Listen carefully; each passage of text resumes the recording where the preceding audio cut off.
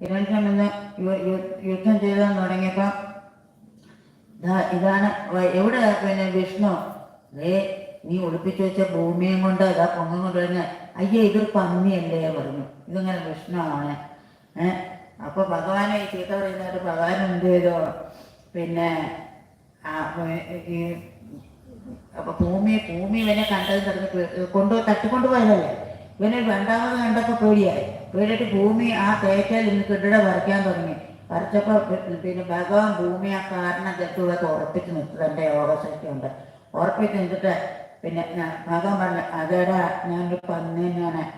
എന്താ സത്യം വരുമ്പോ വനവോ ചരാമൃഗ മൃഗേ ഗ്രാമ നിന്നെ പോലുള്ള ഗ്രാമസിംഹങ്ങൾ. ഗ്രാമസിംഹം പറഞ്ഞാൽ അറിയാം എന്താണ്? നിന്നെ പോലുള്ള ആൾക്കാരെ പിന്നെ അന്വേഷിച്ച് നടക്കുന്ന വനഗോചരനാണ് ഞാൻ. വനഗോചരൻ പറഞ്ഞാൽ ആരാധന നടത്തണ്ട. അതുകൊണ്ട് നിന്നെ മൃത്യുവാസത്തിലേക്ക് അയക്കാൻ വേണ്ടി ഞാനിപ്പോൾ ഇങ്ങോട്ട് വന്നതാണ്.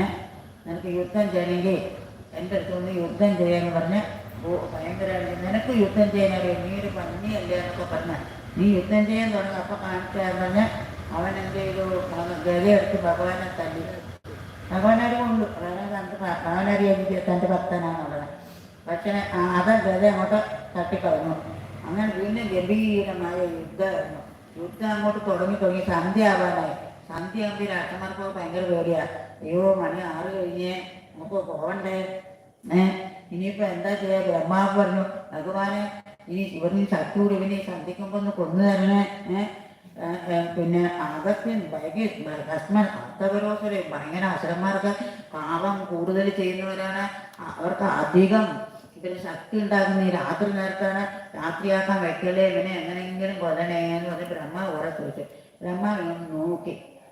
എനിക്കറിയാം നിന്റെ പേടിക്കൊന്നും വേണ്ട, ഉപദേശമൊന്നും വേണ്ട എന്നുള്ള ഭാവത്തിൽ ബ്രഹ്മാവിനെ ഒന്ന് നോക്കി ഭഗവാൻ. അത് കഴിഞ്ഞിട്ട് വീണ്ടും ഇവനൊന്ന് ഇപ്പം കുറേ മായയിട്ടൊക്കെ പ്രയോഗിച്ചു.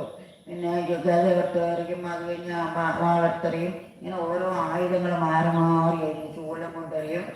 പിന്നെ അങ്ങനെ ഓരോ ആയുധം കൊണ്ട് ചെയ്ത പിന്നെ ആകാശത്തിൽ നിന്ന് ഓരോ മായ കാട്ടാൻ തുടങ്ങി.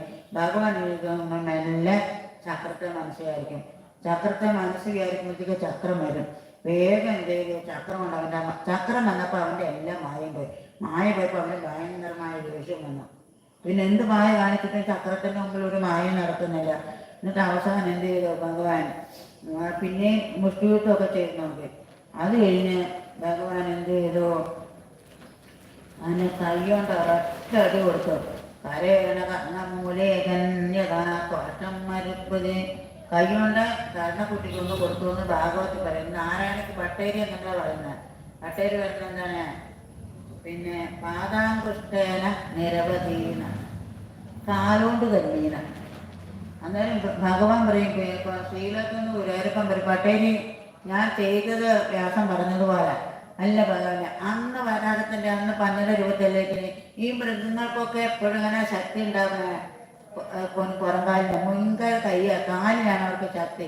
അപ്പോൾ കൊല്ലണമെങ്കിൽ കാലുകൊണ്ടൊന്ന് തട്ടിയാലേ അത് ചവിട്ടിക്കൊന്നു. കാലുകൊണ്ട് തന്നെ അത് വന്നാൽ അതാ ശരി പറഞ്ഞു. അപ്പോൾ ശരി പട്ടേര് പറഞ്ഞു ഞാൻ അപ്പുറമൊന്നുമില്ല ശരി പറഞ്ഞു. അങ്ങനെ അതറിയാം.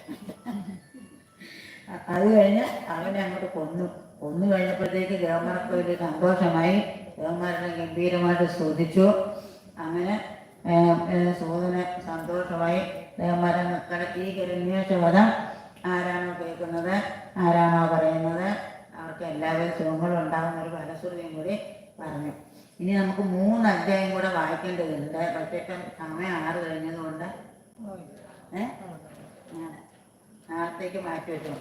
അപ്പോൾ ഇന്ന് വായിക്കേണ്ട 3 എണ്ണം നാളെയാണ് വായിക്കലും പറയലും. അപ്പം അതനുസരിച്ച് കുറച്ച് നേരത്തെ വരിക.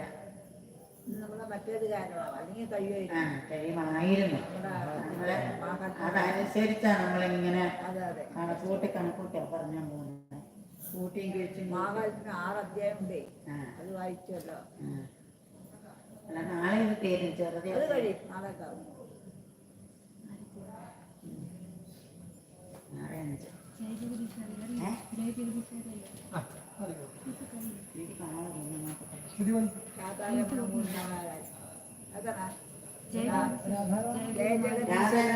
രാധാരമണ